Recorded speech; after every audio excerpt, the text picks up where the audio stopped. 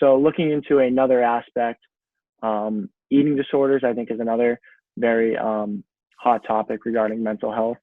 So I wanted to jump into these questions. First question I had was, what's the conversation look like about a teammate that might have an eating disorder?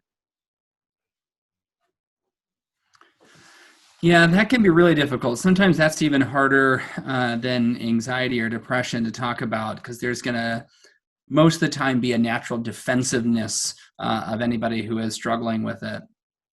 No, number one, I guess, would be recognizing that there is a spectrum to this problem. You can have underfueling.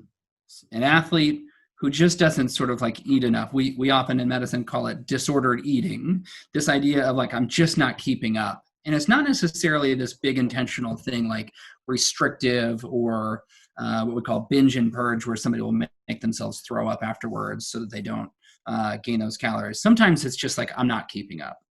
Then you can have disordered eating where you're making choices, intentionally so, but without major negative effects. So this often shows up as somebody who's restrictive in a big way in their diet choices. Maybe they always feel this need to compensate, so that if they, they link it most of the time to performance. And so they say, oh, I had a race and I didn't do as well. So now in response, I'm going to decrease my caloric intake, or I'm going to decrease certain intake because that's why I didn't do as well. And then you have the end of the spectrum, which is a true eating disorder. This is a control problem. This is somebody who says, I know in my head that often this is going to seem bad for me, but they believe that it's possibly good for them, or they're intentionally doing this thing that's not necessarily good for them. That is where you're seeing big changes, rapid weight loss. Maybe they have other symptoms from it. They're passing out, they're dizzy, they're fatigued, their performance goes down, right? So again, it's this sort of ironic or backwards thing that so often people with eating disorders or disordered eating are linking too much intake to poor performance, when in fact it's their lowered intake that's creating their poor performance. Recognize that a lot of times this is a psychological response to control. So if they feel that the rest of their life is out of control, a lot of people with disordered eating or eating disorders are doing that because they can control that. Maybe they can't control their grades, but they can control what they eat. Maybe they can't control their family or their stressors, but they can control what they eat and don't eat. And so I guess in terms of having a discussion, you want it to be something that you say, look, this is a pattern, right? Like, this isn't somebody who is like, no, I'm really strict with my diet because I'm an athlete. This is somebody who you're seeing negative effects of, or somebody who's maybe above anybody else on the team, restricting themselves in a way that is sort of obviously unhealthy. In that scenario, if you're close enough to them, just bring it up. Hey, why don't you ever eat fill in the blank? It seems like for somebody who's, who's on a team where they're going to have to fuel like crazy and be really good about what their fuel is, it seems like you sort of don't really eat enough. I wonder if that's affecting you negatively. I wonder if that's what's causing you to not perform as well as you want to. If there's big concerns and they're having negative effects, go to the trainer, go to their teammates, go to their coaches, go to anybody, because they can.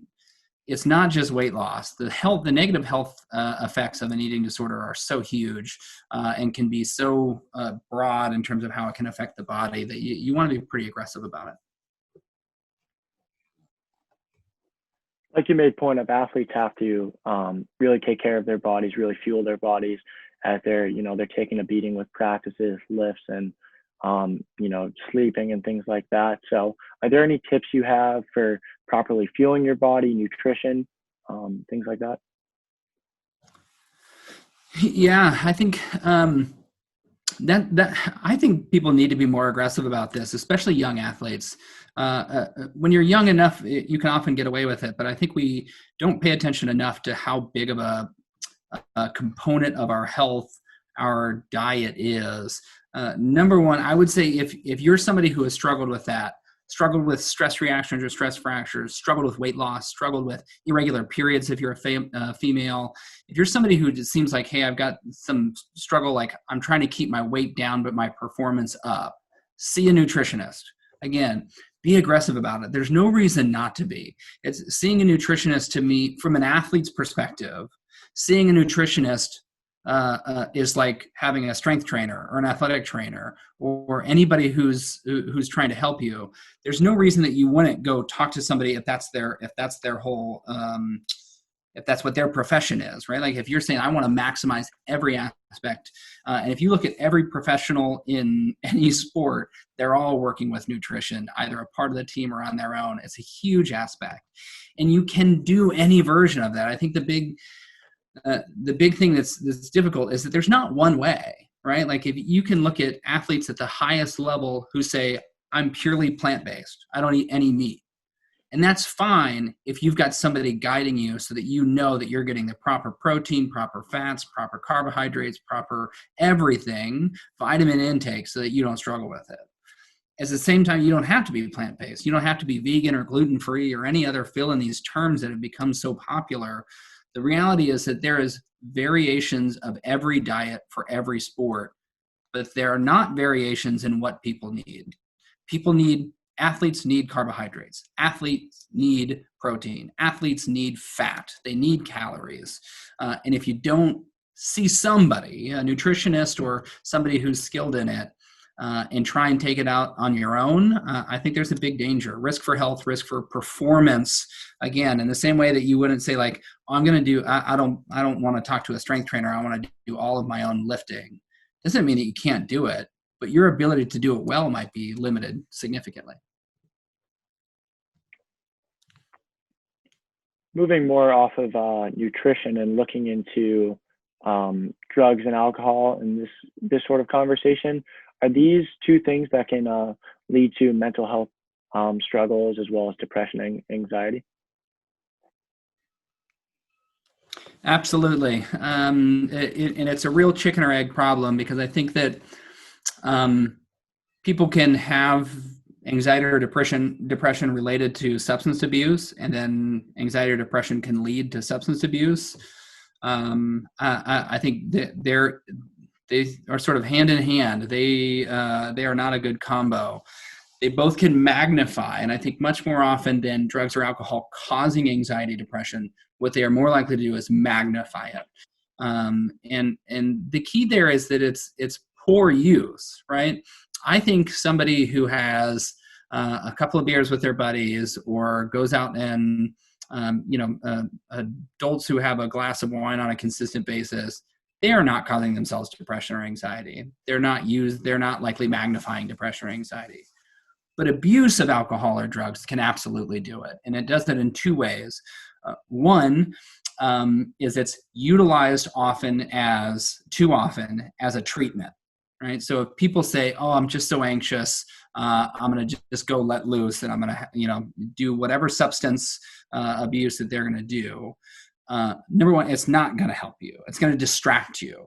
And so there's this short period where maybe it makes you feel better because you stop paying attention to what your anxiety or depression is. But most substances that we're talking about are ultimately depressants.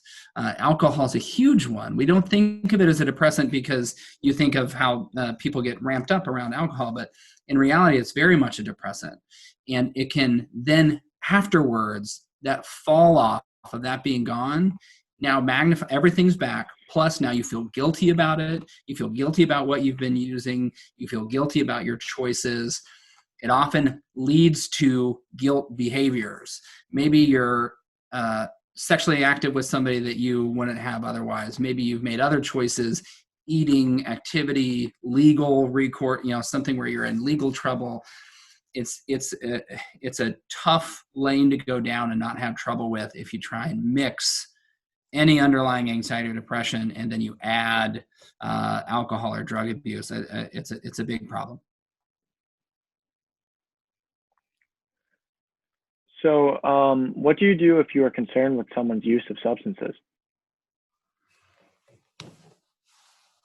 Yeah, I think similar to the other things we talked about, just be open about it, right? Because sometimes it's really obvious, right? Like if you have a teammate who on their own is really the only person who's really sort of out of control in terms of substance abuse, then I think it's pretty easy to just be upfront with them and say, hey, I see that you're using fill in the blank. I think it's going to be a negative thing for our team. I think it's a negative thing for you. I think we should try and get you away from that.